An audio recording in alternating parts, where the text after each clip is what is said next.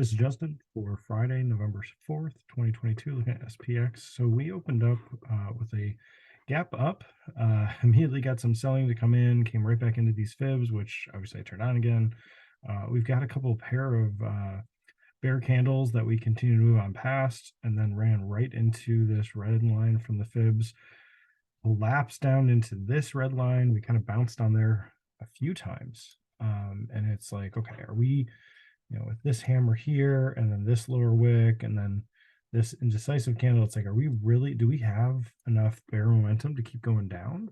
It's like, most likely we're going to get some bounce here. And so it's like, all right, we already took out a low here and we took out a high here. So could we go all the way back up and take out another high? Well, not Friday, but maybe we'll continue on up. But we had a really strong rally into the close. The first bear candle closing of the 10 was there, but this is the kind of setup where it's like, okay, it's just sitting here. Even if you go like absolute zero, something each direction, it's probably going to have a bigger move. You got this consolidation, descending triangle. You're at this big kind of a sell-off. It's just chopping around. Like, it's got to move, right? Like, it shouldn't just keep chopping into the close. Could have, but it didn't. And so at this point, it's so low. It's back, back into the range from Thursday's close. The better play here was to take this bullish. And so there were some great opportunities to do that. All through the here, it was getting, some of these options are getting really, really, really cheap. So this is the 37.50 call that was less than $1. So here is the 103 price, the 103 time below $1 at 103 here. We were putting a bear candle in right into this, then a high wave candle here. Let's see, what time did we actually put, what time did we actually put in the low? So it said the low is 0.5. That was at 115. At 115, it was this candle. That's the candle that started to bounce. Got back above 18. I'm just looking at the times. Like, could you have, yeah, even in the beginning of this candle, and no, yeah, 118. So at this point, it was already more than $1. Still could have done a very inexpensive trade, buying it at 150, stop at 0.5, something like that, and just held on to see, could we move? Even just take some targets like at previous highs, like at 7, something like that would have worked. While that was going on, the put 37.50 put was just collapsing, losing all of its value. Didn't have its first bull candle below the 10 to way down here. It already taken out previous pivots from the day.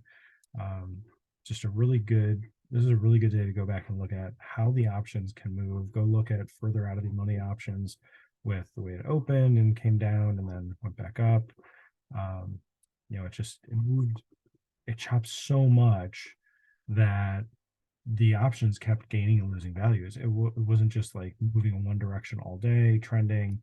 And you can see that with how these move. Like at the low over here, this was still worth like 12 bucks or 1200 for one contract.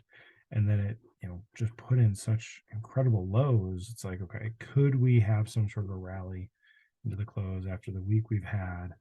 Sure, yeah, we've been 4 bear candles in a row, got a bullish gap and go here. Could we do some sort of bull rally? Yeah, we ended up with a bullish candle, which was kind of incredible that we did end up with that. So we'll see what happens. The other thing I do like is I extended this old resistance zone, now a support zone. I thought, maybe we'll tag that as we're selling off. We were into it. So so this is Thursday, we were into it a couple times, and it's like, okay, maybe we'll bounce off of that here. Well, then we came down into it, and it's like, okay, maybe that whole range will act as some sort of a level. Sure enough, we did. We came down into that, chopped through it, bounced right back out of it, and then kind of played around with the fibs a little bit up in here. So when I see things line up really well with closes or with some wicks and things like that, some highs and lows, it's like, okay, these are still relevant. So I've got them extended from way back over here. These levels are still playing out, at least in some way.